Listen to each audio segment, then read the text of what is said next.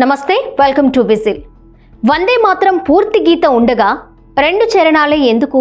వందే మాత్రం ఈ రెండు పదాలు భారత స్వాతంత్ర్య ఉద్యమంలో ఒక నినాదం మాత్రమే కాదు, బ్రిటిష్ పాలనకు వ్యతిరేకంగా పోరాడిన లక్షలాది భారతీయులకు అవి ఒక ఉద్యమం, దేశభక్తికి ప్రతీక. కానీ ఇక్కడ ఒక ఆసక్తికరమైన ప్రశ్న ఉంది. వందే మాత్రం పూర్తి గీత ఉండగా దశాబ్దాలుగా జాతీయ కార్యక్రమాల్లో ప్రధానంగా మొదటి రెండు చరణాలే ఎందుకు పాడుతున్నా? ఈ నిర్ణయం స్వాతంత్ర్యం వచ్చిన తరువాత తీసుకున్నది అనుకుంటే పొరపాటు. కథ మనల్ని 1937కి తీసుకెళ్తుంది. అసలు వందే మాత్రంలో ఏముంది? బకింగ్ చంద్ర చట్టోపాధ్యాయ రచించిన వందే మాత్రం తరువాత ఆయన ఆనందమఠ్ నవలలో చోటు చేసుకుంది. సుజలాం సుఫలాం, మాతృభూమి సౌందర్యం. వందే మాతరం సుజలాం సుఫలాం మలయజ శీతలాం సస్యశ్యామలాం మాతరం. దీని అర్థం సమృద్ధిగా నీరు ఉన్న నేల, ఫల సంపదతో నిండిన నేల, చల్లని సుగంధ గాలులు వీచే నేల, పచ్చని పంటలతో కళకళలాడే మాతృభూమి, నీకు వందనం. ఇక్కడ ప్రధానంగా దేశంలోని ప్రకృతి, సంపద, పంటలు, సౌందర్యం కనిపిస్తాయి. ఇక రెండవది శుభ్రజ్యోత్స్న, ప్రేమతో కనిపించే మాతృభూమి. శుభ్రజ్యోత్స్న పులకితయామినిం పుల్ల కుసుమిత ద్రుమదళ శోభినిం సుహాసినిం సుమధుర భాషిణిం సుఖదాం వరదాం మాతరం. దీని అర్థం వెన్నెలతో వెలిగే రాత్రులు, పూలతో వికసించిన చెట్లు, చిరునవ్వుతో మధురమైన మాటలతో కనిపించే తల్లి, సుఖాన్ని వరాలను ప్రసాదించే మాతృభూమి. ఇక్కడి వరకు ప్రధానంగా మాతృభూమి సౌందర్యం, సంపద, మాతృత్వ భావనే ఉంటుంది. అందుకే మొదటి రెండు చరణాలు 1937 చర్చలో ప్రత్యేక ప్రాధాన్యం పొందాయి. ఇక మూడవది సప్తకోటి కంఠ. శక్తివంతమైన జాతి తరువాతి భాగంలో కోట్లాది గొంతుల నినాదం, కోట్లాది చేతుల శక్తి గురించి వస్తుంది. ఎవరు చెప్పారు తల్లి నీవు బలహీనురాలివని అనే భావన కనిపిస్తుంది. మాతృభూమిని అపారమైన శక్తి కలిగిన తల్లిగా, శత్రువులను ఎదుర్కోగల శక్తిగా చిత్రీకరిస్తుంది. ఇక్కడ టోన్ ప్రకృతి వర్ణన నుంచి జాతీయ శక్తి, పోరాట భావన వైపు మారుతుంది. నాలుగవది తుమి విద్య తుమి మర్మ. ఇక్కడ మాతృభూమితో ఆధ్యాత్మిక అనుబంధం మరింత స్పష్టమవుతుంది. తుమి విద్య తుమి ధర్మ తుమి హృది తుమి మర్మ. భావం నీవే విద్య, నీవే ధర్మం, నీవే మా హృదయం, నీవే మా అంతరాత్మ, మా చేతుల్లోని శక్తి నీవే, మా హృదయంలోని భక్తి నీవే. అంతేకాదు నీ ప్రతిమను ప్రతి మందిరంలో ప్రతిష్ఠిస్తాం అనే భావన కూడా వస్తుంది. ఇక్కడి నుంచే మాతృభూమి వర్ణన మరింత స్పష్టంగా దైవిక రూపకం వైపు వెళుతుంది. ఇక ఐదవది అత్యంత కీలకమైన భాగం. త్వం హి దుర్గా దశ ప్రహరణ ధారిణి కమల కమలదళ విహారిణి వాణి విద్యాదాయిని. నీవే 10 ఆయుధాలు ధరించిన దుర్గా, నీవే కమలంపై విహరించే కమల. లక్ష్మి, నీవే విద్యను ప్రసాదించే వాణి సరస్వతి. అంటే మాతృభూమి ఇక్కడ దుర్గా, లక్ష్మి, సరస్వతి రూపకాలతో వర్ణించబడుతోంది. ఇలాంటి భాగాలపైనే అప్పట్లో కొందరు ముస్లిం నాయకులు అభ్యంతరం వ్యక్తం చేశారు. మరి రవీంద్రనాథ్ ఠాగూర్ ఏమన్నారు?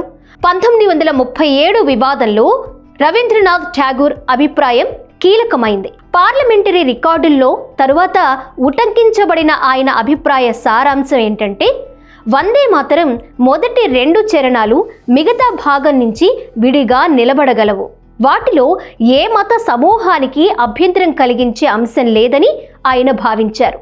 జవహర్లాల్ నెహ్రూ, సుభాష్ చంద్రబోస్ తదితర నాయకుల మధ్య దీనిపై చర్చ జరిగింది. రవీంద్రనాథ్ ఠాగూర్ అభిప్రాయం కూడా తీసుకున్నారు. October 1937 Indian national Congress working committee జాతీయ సమావేశాల్లో వందే మాతరం పాడేటప్పుడు మొదటి రెండు చరణాలకే పరిమితం చేయాలని సిఫారసు చేసింది. అంటే ఇది 1947 తరువాత తీసుకున్న నిర్ణయం కాదు. భారతదేశానికి స్వాతంత్ర్యం రావడానికి దాదాపు 10 ఏళ్ల ముందే జరిగిన పరిణామం. కాంగ్రెస్ ఎందుకు ఆ నిర్ణయం తీసుకుంది? ఇక్కడే ఇప్పుడు రాజకీయ వివాదం ఉంది. 1937 తీర్మానంలోని తరువాతి చరణాల్లోని కొన్ని రిఫరెన్సెస్ రిలీజియస్ ఐడియాలజీ, ఇతర మత సమూహాల అభిప్రాయాలకు సరిపోకపోవచ్చని పేర్కొన్నారు. ముస్లిం మిత్రులు వ్యక్తం చేసిన అభ్యంతరాల వ్యాలిడిటీని కూడా CWC గుర్తించింది. అందుకే అందరూ కలిసి పాడగలిగే భాగాన్ని జాతీయ వేదికపై ఉంచుదాం అనే కాంప్రమైజ్కి వచ్చింది. కానీ ఇదే నిర్ణయాన్ని ఇప్పుడు 2 రాజకీయ దృక్కోణాలు పూర్తిగా భిన్నంగా చూస్తున్నాయి. మోడీ వాదన ఏంటి? ప్రధాని నరేంద్ర మోదీ ఈ 1937 నిర్ణయాన్ని తీవ్రంగా విమర్శించారు. ఆయన వాదన ప్రకారం ముస్లిం లీగ్ ఒత్తిడికి కాంగ్రెస్ తలొగ్గింది, వందే మాతరాన్ని విభజించింది. ఇది అప్పటి కాంగ్రెస్ అపీజ్మెంట్ పాలిటిక్స్కు ఉదాహరణ. అంటే మోదీ ఇంటర్ప్రిటేషన్లో ఇది ఇన్క్లూజివ్ కాంప్రమైజ్ కాదు, పొలిటికల్ సరెండర్. మరో వాదన కాంగ్రెస్ వైపు నుంచి వచ్చే ఇంటర్ప్రిటేషన్ వేరు. అప్పటి భారతదేశం అనేక మతాలు, భాషలు, సంస్కృతులతో కూడిన దేశం. స్వాతంత్ర ఉద్యమంలో అందరినీ ఒకే వేదికపై ఉంచాలంటే ఏ ఒక్క సమాజానికైనా మతపరమైన అభ్యంతరం కలిగించే భాగాలను జాతీయ కార్యక్రమాల్లో తప్పించడం ఒక ఇన్క్లూజివ్ కాంప్రమైజ్ అని వారి వాదన. ముఖ్యంగా ఈ నిర్ణయం కేవలం నెహ్రూ ఒక్కరి వ్యక్తిగత నిర్ణయంగా చూడడం కూడా పూర్తి చరిత్ర కాదు. రవీంద్రనాథ్ ఠాగూర్ అభిప్రాయం, సుభాష్ చంద్రబోస్తో జరిగిన సంప్రదింపులు, CWC చర్చ, అప్పటి కమ్యూనల్ టెన్షన్స్ అన్నిటినీ కలిపి చూడాలి. మరి 1950లో ఏం జరిగింది? ఇక్కడ మరో ముఖ్యమైన ఘట్టం ఉంది.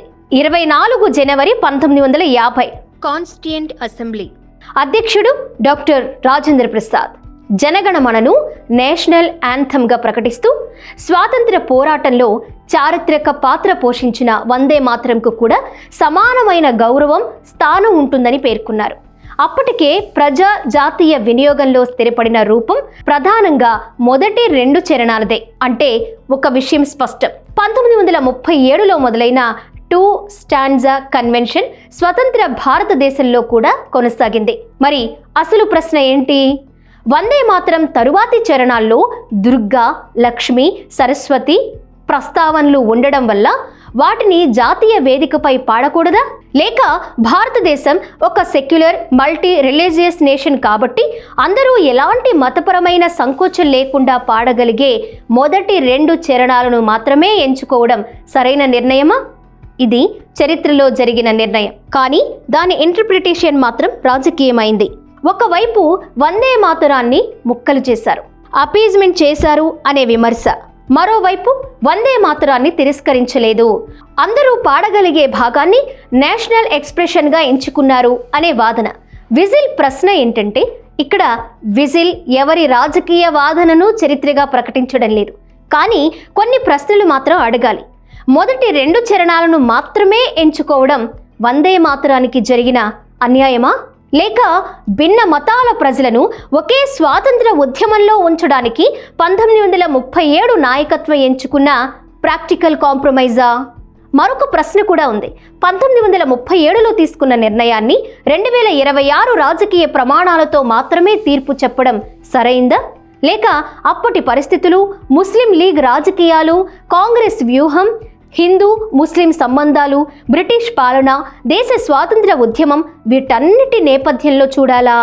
వందే మాతరం 2 చరణాలకే పరిమితం కావడం దేశభక్తిని తగ్గించడమా?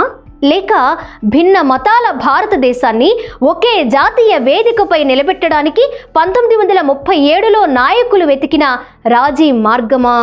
రాజకీయ నాయకుల ఇంటర్ప్రిటేషన్ వేరు కావచ్చు, కానీ చరిత్రకు పార్టీ ఉండకూడదు. 1937లో ఏం జరిగిందో తెలుసుకుందాం. ఠాగూర్ ఏమన్నారో తెలుసుకుందాం.